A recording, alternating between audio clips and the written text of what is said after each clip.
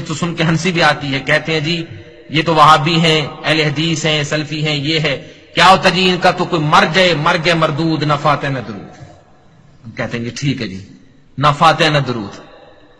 اگر کسی کو جج بنانا ہے تو بنا لیں، فیصلہ اس سے کروا لیں.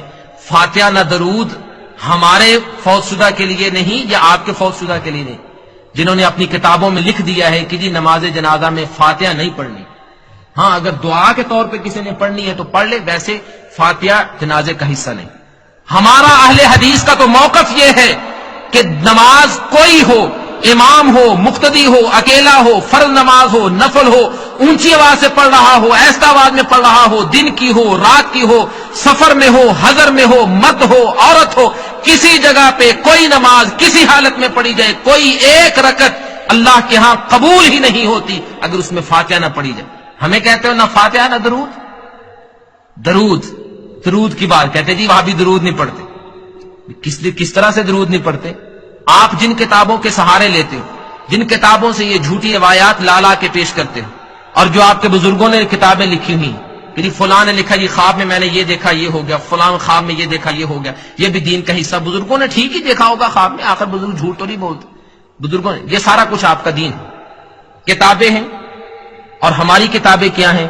اللہ کے قرآن کے بعد ہم جس کتاب کی طرف رجوع کرتے ہیں وہ ہے صحیح بخاری.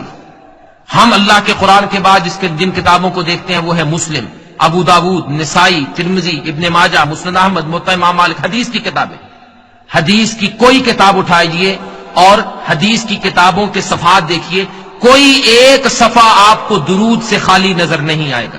ہر ایک صفحے پہ صلی اللہ علیہ وسلم، علیہ الصلاۃ والسلام، صلوات اللہ وسلامہ علیہ اجمعین، یہ الفاظ حدیث کی ہر کتاب کے ہر صفحے پہ آپ کو ملے.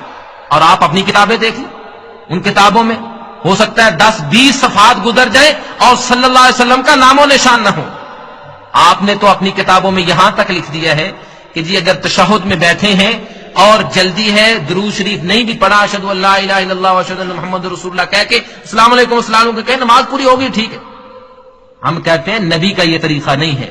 نبی نے زندگی بھر کوئی نماز اس طرح کی نہ پڑھی ہے نہ سکھلائی ہے کہ تشہد پڑھو اور درود چھوڑ کے چلے جاؤ. اللہ کے رسول صلی اللہ علیہ وسلم نے یہ طریقہ نہیں سکھلایا.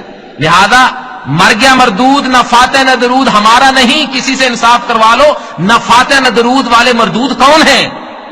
وہ ہیں جنہوں نے فاتحہ کے بارے میں لکھا ہے کہ اگر امام کے پیچھے فاتحہ پڑھو گے تو منہ میں آگ کے انگارے ڈلیں گے.